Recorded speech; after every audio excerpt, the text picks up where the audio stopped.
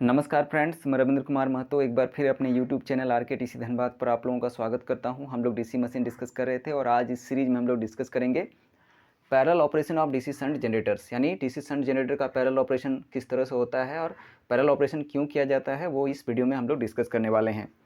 तो सबसे पहले हम दो डीसी शंट जनरेटर G1 और G2 को हम यहाँ कंसिडर किए हैं, जहाँ डीसी शंट जनरेटर G1 जो है ऑलरेडी लोड में है, यानी लोड पावर शेयर कर रहा है, और डीसी शंट जनरेटर G2 जो है ये हमारा इनकमिंग जनरेटर है जो जनरेटर G1 के साथ पैरेलल में ऑपरेट होने जा रहा है। ठीक है, तो एक चीज़ हम लोग यहाँ देख लेते हैं पहले कि load power PL equal to V into IL होता है। ठीक है, IL आपका लोड करंट है, ठीक है, और आपका V जो है टर्मिनल वोल्टेज है।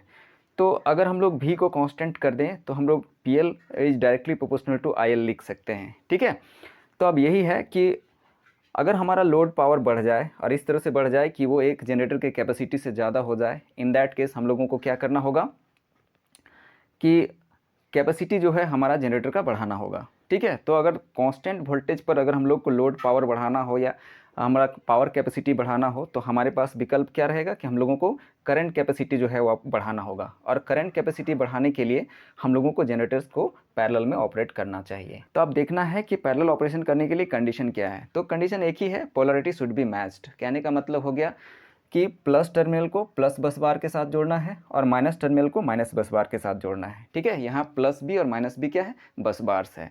तो यही जो है कंडीशन आपको ध्यान में रखना है, पोलैरिटी शुड बी मैच्ड। ठीक है, अगर पोलैरिटी आप रिवर्स कर देते हैं इन दैट केस एक भयानक शॉर्ट सर्किट आपको मिलेगा, जिससे क्या होगा, जनरेटर्स जो है डैमेज हो सकता है। इसलिए पोलैरिटी शुड बी मैच, यानी प्लस को प्लस बस बार के साथ और माइनस को माइनस बस बार के साथ आपको जोड़ना है। ठीक है, अब देखिए इनकमिंग जनरेटर G2 जो है, ठीक है, इसको पैरेलल में कनेक्ट होने के लिए कुछ स्टेप्स है जिसको हम लोगों को पालन करना चाहिए। तो क्या क्या स्टेप्स है उसको हम लोग यहाँ पे देखेंगे।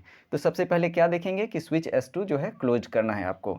तो ये जो स्विच S2 है इसको हम क्लोज कर दे रहे हैं। ठीक है, अब क्या करना है, rated speed to G2 by prime mover. अब हम लोगों को क्या करना है कि जनरेटर G2 जो है उसको जो है रेटेड स्पीड पर घुमाना है प्राइम मूवर द्वारा। ठीक है, अब उसके बाद क्या करना है, adjust RSH2 to get voltmeter V2 reading equal to 0।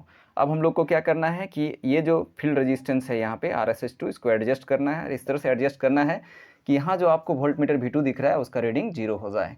तो इसको आप वोल्टेज इक्वलाइजेशन केस समझ सकते हैं। ऐसे कंडीशन पर EG2 इक्वल टू V हो जाएगा, यानी यहाँ का जनरेटेड EMF जो है आपका टर्मिनल वोल्टेज के बराबर हो जाता है। ठीक है, तो इसी को हम लोग वोल्टेज इक्वलाइजेशन केस कहते हैं।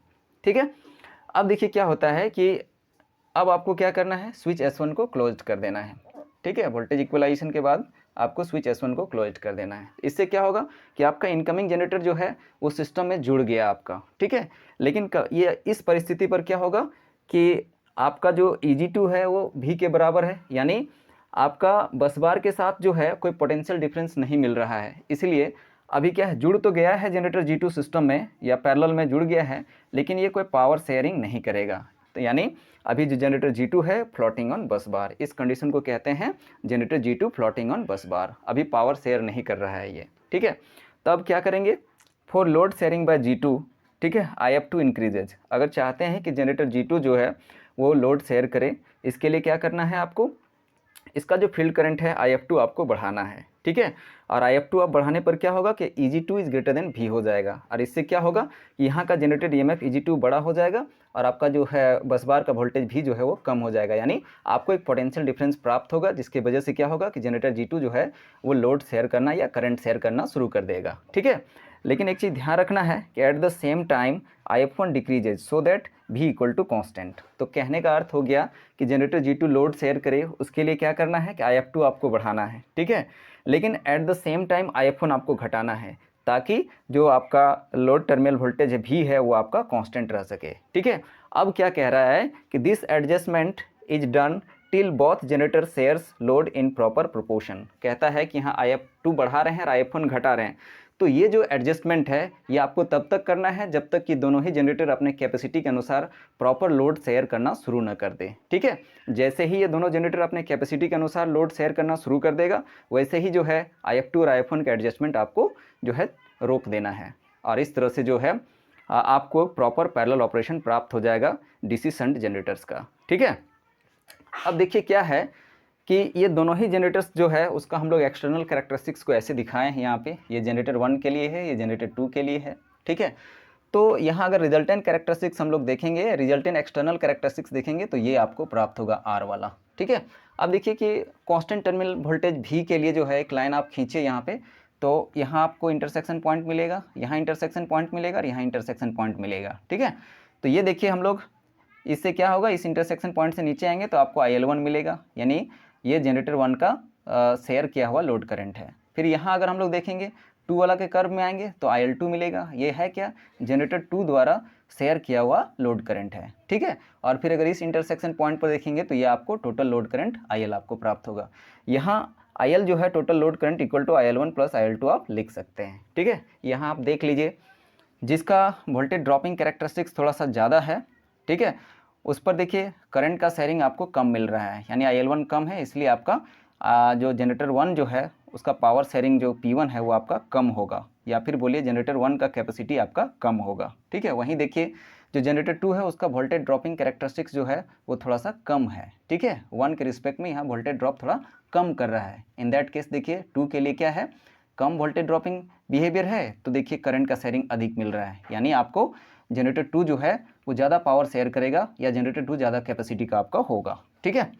अब देखिए क्या है कि अब मान लेते हैं कि दोनों ही जनरेटर जो है अलग अलग कैपेसिटी का है। इन दैट केस कौन सा जनरेटर कितना पावर शेयर करेगा या कितना करंट शेयर करेगा उसको हम लोग यहाँ पे समझने का प्रयास करेंगे। तो देखिए यहाँ पे IL1 अगर आप निकालिएगा, ठीक है, IL1 किसके लिए, तो जनरेटर 1 के लिए हो जाएगा IL1, ये लोड करंट है, जनरेटर 1 द्वारा शेयर किया हुआ लोड करंट IL1। तो इसको आप लिख सकते हैं bye Ohm's law Eg0 minus V/R1, ठीक है। अभी हम मान रहे हैं क्या कि दोनों ही जनरेटर का नो लोड वोल्टेज जो है वो Eg0 है और वो नो लोड वोल्टेज दोनों जनरेटर का क्या है, सेम है, ठीक है। तो बाय ओम्स लॉ ऐसे लिख सकते हैं IL1 equal to Eg0 minus V/R1। अब ये R1 है क्या, तो R1 आप लिख सकते हैं RA1 पैरेलल RSH1, ठीक है। तो ये RA1 है क्या, जनरेटर 1 का आर्मेचर वाइंडिंग का रेजिस्टेंस है, और RSH1 क्या है, जनरेटर 1 का शंट फील्ड का रेजिस्टेंस है, ठीक है। तो इस तरह से R1 equal to RA1 parallel RSH1 कर सकते हैं। तो इसको सॉल्व करने पर आप प्रोडक्ट बटा सम के फॉर्म में लिख सकते हैं। तो इस तरह से R1 equal to RA1 into RSH1 divided by होगा RA1 प्लस RSH1 होगा, ठीक उसी तरह से IL2 अगर हम निकालेंगे जनरेटर 2 के लिए तो वो आपका हो जाएगा Eg0 minus V divided by R2, जहाँ R2 क्या होगा, RA2 पैरेलल RSH2 हो जाएगा।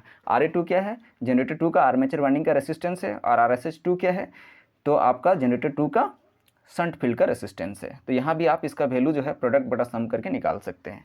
फिर आप देखिए कि IL1 और IL2 का जो रिलेशन मिला, ठीक है, वो रिलेशन से आप ये वाला रिलेशन लिख सकते हैं, IL1 बटा IL2 निकालेंगे तो R2 बटा R1 हो जाएगा। यह ध्यान रखना है कि दोनों ही जनरेटर्स का जो है नो लोड वोल्टेज हम सेम मान रहे हैं, और दोनों का नो लोड वोल्टेज कितना है, Eg0 है। अब इस फॉर्मूला के अनुसार क्या है कि हम लोग IL1 निकालना चाहेंगे तो इस तरह से निकाल सकते हैं, R2 बटा R1 प्लस R2 ये ब्रैकेट में, और गुना हो जाएगा यहाँ IL हो जाएगा। ठीक उसी तरह से जो है IL2 अगर आप निकालिएगा तो R1 बटा R1 प्लस R2 और ब्रैकेट के बाहर गुना में IL हो जाएगा। और इसलिए क्या होगा कि जब IL1 IL2 आपको प्राप्त हो गया तो वो P1 निकाल सकते हैं, P1 equal to V into IL1 हो जाएगा, और P2 निकालिएगा तो V इंटू IL2 हो जाएगा। और इस तरह से load power PL equal to P1 plus P2 हो जाएगा। तो इस तरह से हम लोग यहाँ समझ गए कि जो दोनों जनरेटर्स है उसका लोड शेयरिंग जो है आपको क्या मिल रहा है, ठीक है, कौन सा जनरेटर कितना करंट शेयर कर रहा है या कौन सा जनरेटर कितना आपको पावर दे रहा है, वो सब सारा जो है हम लोग ये सब रिलेशंस के माध्यम से निकाल सकते हैं, ठीक है। अब बात हो गया कि हम लोग पैरेलल ऑपरेशंस तो कर लिए डीसी शंट जनरेटर्स का। अब बात आता है कि मान लीजिए कि ये जनरेटर जो है G2 जो है, ठीक है, मान लीजिए कि ये आपका लोड जो है लोड पावर आपका घट गया, ठीक है, लोड पावर घट गया, उस समय क्या होगा कि लोड पावर इतना कम हो गया कि वो एक जनरेटर से भी जो है सप्लाई हो सकता है। इन दैट केस मान लेते हैं कि ये जनरेटर G2 को आपको बंद करना है, तो डायरेक्ट ये जनरेटर G2 जो है बंद नहीं होगा, उसके लिए भी कुछ आपको प्रोसेस करना है, तो वो प्रोसेस हम लोग यहाँ पे समझने का प्रयास करेंगे। तो मान लेते हैं G2 को आउट ऑफ सर्विस लेके जाना है, क्योंकि लोड पावर डिमांड जो है हमारा कम हो गया। तो G2 को आउट ऑफ सर्विस में लेके जाने के लिए सबसे पहले आपको क्या करना है कि IF2 को कम करना है, ठीक है, और eight the same time IF1 आपको बढ़ाना है। ऐसा करेंगे तो क्या होगा, टर्मिनल वोल्टेज भी जो है वो आपका कांस्टेंट बना हुआ रहेगा, ठीक है। अब देखिए ये जो IF1 बढ़ाने का और IF2 घटाने का प्रोसेस आपको तब तक करना है जब तक कि ये जो आमीटर A2 है उसका रीडिंग 0 ना हो जाए, ठीक है। जैसे ही ये आपको IL2 यहाँ पे 0 हो जाएगा, उस समय क्या होगा कि ये जनरेटर G2 जो है वो फ्लोटिंग कंडीशन पर चला जाएगा, और फ्लोटिंग कंडीशन पर जाएगा उस समय आप ये सब स्विच को जो है आप ऑफ़ कर सकते हैं। ये सब S1 और S2 को आप ऑफ़ कर सकते हैं, और इस तरह से जनरेटर G2 जो है वो आपका आउट ऑफ सर्विस में चला जाएगा। इस प्रोसेस द्वारा अगर आप जनरेटर G2 को सिस्टम से यानी पैरेलल सिस्टम से अगर आप बाहर करते हैं तो किसी तरह का कोई आपको जो है नेगेटिव रिजल्ट जो है सिस्टम में देखने को नहीं मिलेगा, किसी तरह का सर्ज देखने को नहीं मिलेगा, किसी तरह का डैमेजिंग इफेक्ट आपको देखने को नहीं मिलेगा। तो आशा करते हैं ये वीडियो आप लोगों को पसंद आया होगा। वीडियो पसंद आता है तो वीडियो को लाइक करें, दोस्तों के साथ शेयर करें, और चैनल्स पर नए तो चैनल को सब्सक्राइब कर लें। धन्यवाद।